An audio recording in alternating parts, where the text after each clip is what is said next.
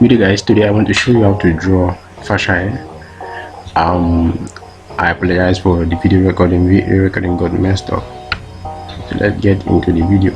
When it comes to drawing fascia hair, you have to keep in mind that it isn't all different from drawing other hairs. Fascia hair such as mustache or beard may be present when drawing muscular mouth. It's just a quick introduction of what we are doing already. We are drawing a fascia hair. When drawing fascia hair, you love to focus on the blending around the borders, except in some circumstances where you have to draw and avoid the edges. The tiniest pencil line can draw is tinier than a single hair. You have to ignore all the thousands of individual hair and focus on the fundamental shapes in the body of the hair to create the illusion of drawing each and every hair. Consider the hair in this simpler form and then draw it.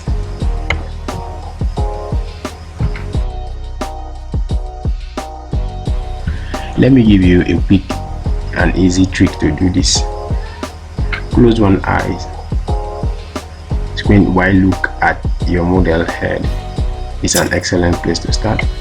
What do you think you see?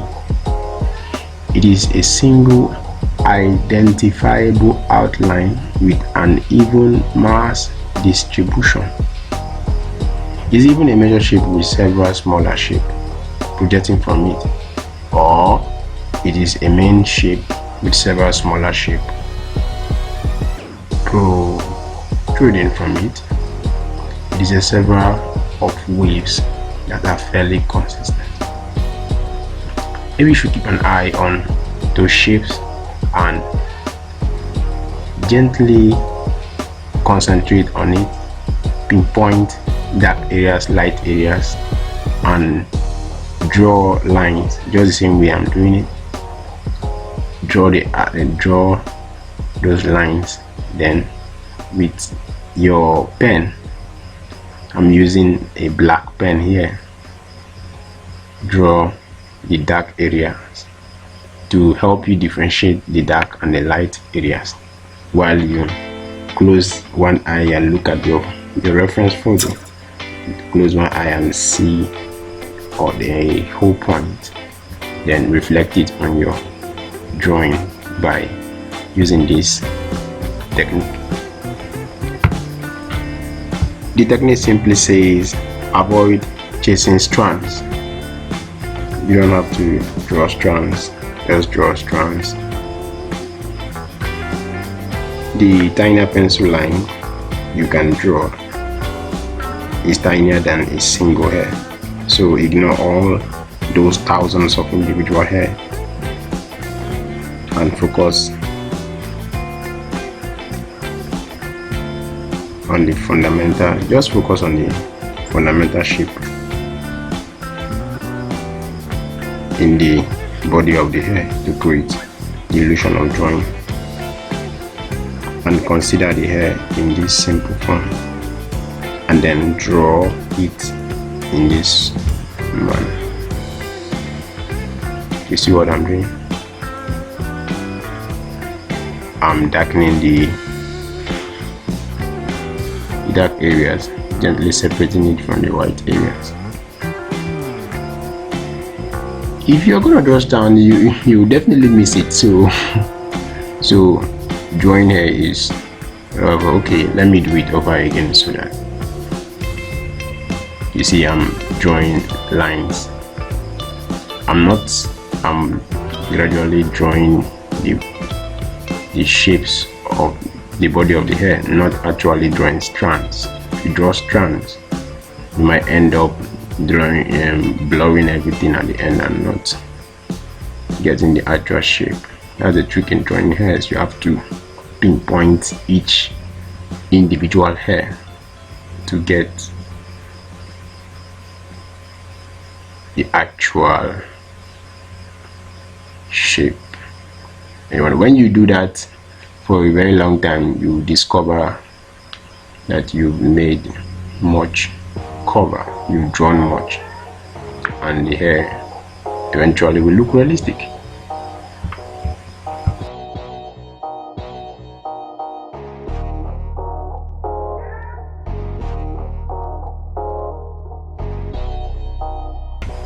Okay, so let's quickly do that so that we can move on to the next step. Let's cover this area. I'm not making this video a time-lapse video because I really wanted to get it. If you find the video helpful and interesting, you find time to subscribe and hit the notification button to get notified when I'm posting a new video. Actually, this video got messed up, and I apologize for it. But I really wanted to learn how to draw facial hairs, so I still had to post it for you to see. If you also like, you can get a pen and join me so that you don't miss any step. You know, it's very easier to learn to do the same thing while you're watching and learning.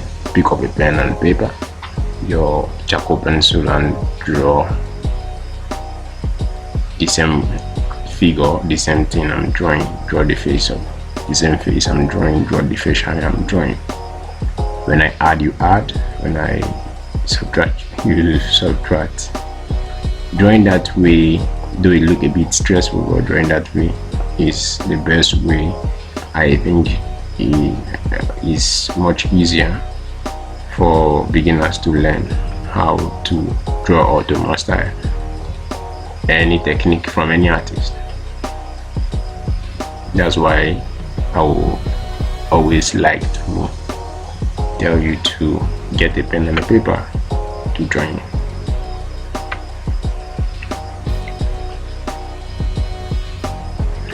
Alright, let's quickly jump to the next step. So while you're doing this, I want you to also know some strategies and techniques and things you have at the back of your mind while you're drawing hairs, or anytime you like to draw hairs. I want you to consider these key points.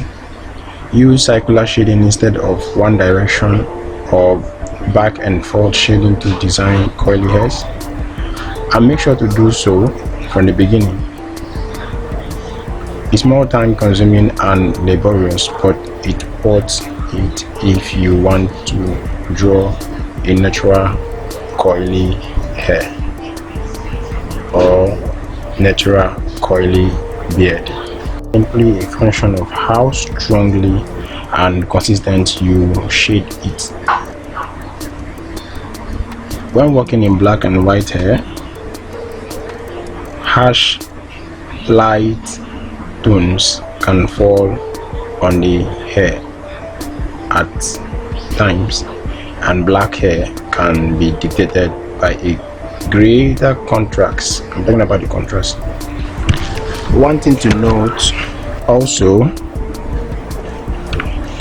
is that establishing an excellent contrast between light and dark is one of the most crucial components of drawing beards, as it will with almost any subject, and is the best approach for doing so is to pick the darkest area and shade them.